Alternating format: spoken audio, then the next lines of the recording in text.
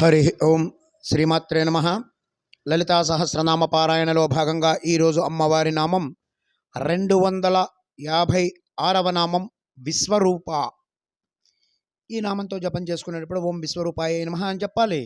విశ్వం యొక్క రూపమైనది అని దీనికి సంబంధించినటువంటి స్థూలార్థం. నిన్నటిదాకా ధర్మాధర్మ వివర్జిత వరకు మనం చెప్పుకున్నదంతా కూడా తైత్రీయోపనిషత్తు నుంచి చెప్పుకున్నాం.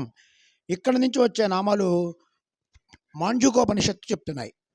విశ్వరూప, జాగరణి, స్వపంతి, తైజసాత్మిక, స్తుప్త, ప్రాజ్ఞాత్మిక, తుర్య, సర్వావస్థ వివర్జిత.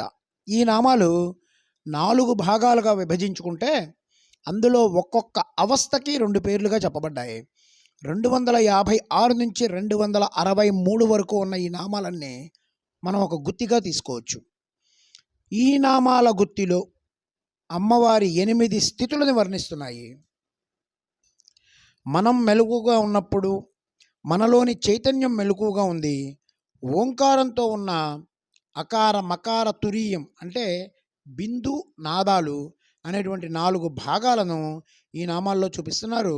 ఈ 4 భాగాలకు మనలో ఉన్న 4 ప్రజ్ఞలకు సంబంధం చెప్తున్నారు. విశ్వరూప, జాగరిణి అనేది జాగ్రత్తావస్థకి, స్వపంతి, తైజసాత్మిక అనేది స్వప్నావస్థకి, స్తుప్త, ప్రాజ్ఞాత్మిక అనే స్థితి సుషుప్తికి, తుర్య, సర్వావస్థ వివర్జిత అనేది తురీయావస్థ స్థితికి సంబంధించినటువంటి నామాలు.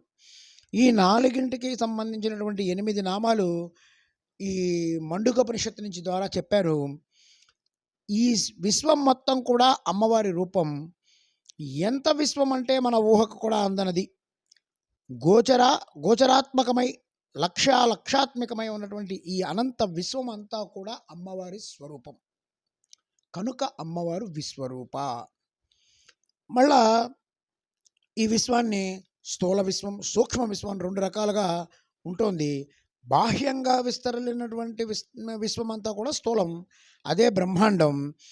మనలో ఉన్న విశ్వమే సూక్ష్మం, అది పిండాండం. అంటే వ్యక్తిలో ఉన్నటువంటి విశ్వము, ఈ వ్యక్తిలో ఉన్న విశ్వము సూక్ష్మ రూపంతో ఉన్నది, అది స్థూల సూక్ష్మ కారణ శరీరాలతో వ్యాపించి ఉన్నది. అట్లాగే మనల్ని మనం పరిశీలించుకోవడం ఇక్కడ మొదలవుతోంది. శ్రీ విద్య అనేది ఆత్మవిద్య, అమ్మవారు ఆత్మస్వరూపం.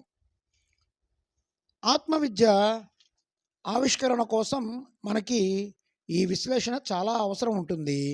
అమ్మ విశ్వరూప అనే నామం అమ్మకి మొత్తం వ్యాపించి, అంతా అమ్మే కదా, అమ్మ వ్యాపించి ఉన్నటువంటి స్థితి మొత్తం ఈ విశ్వరూప. మనకి ఈ నామస్మరణ చేసే వాళ్ళకి ఇంటా బయట కూడా గౌరవ ప్రతిష్టలు లభిస్తాయి. చేస్తున్న పనిలో అభివృద్ధి కలుగుతూ ఉంటుంది. మంచి చెడు విచక్షణా జ్ఞానం ఉన్నది. విద్యార్థులు మంచి అభివృద్ధిలోకి వస్తారు. వ్యాపారంలో లాభాలు పెరుగుతాయి. వివాహ సంబంధాలు చూస్తున్న వారు ఈ నామస్మరణ చేస్తే మంచి సంబంధాలు కుదురుతాయి. ఆధ్యాత్మిక స్థానంలో ఉన్నవారు ఈ శ్లోకాన్ని పారాయణ చేస్తే లలితా సహస్రంతో మంచి ఆధ్యాత్మిక స్థితి లభిస్తుంది. ఓం విశ్వరూపాయ నమః. ఓం శ్రీమాత్రే నమః. ఓం శ్రీ మహారాజ్ఞే నమః. శ్రీమత్ సింహాసనేశ్వర్యై నమః.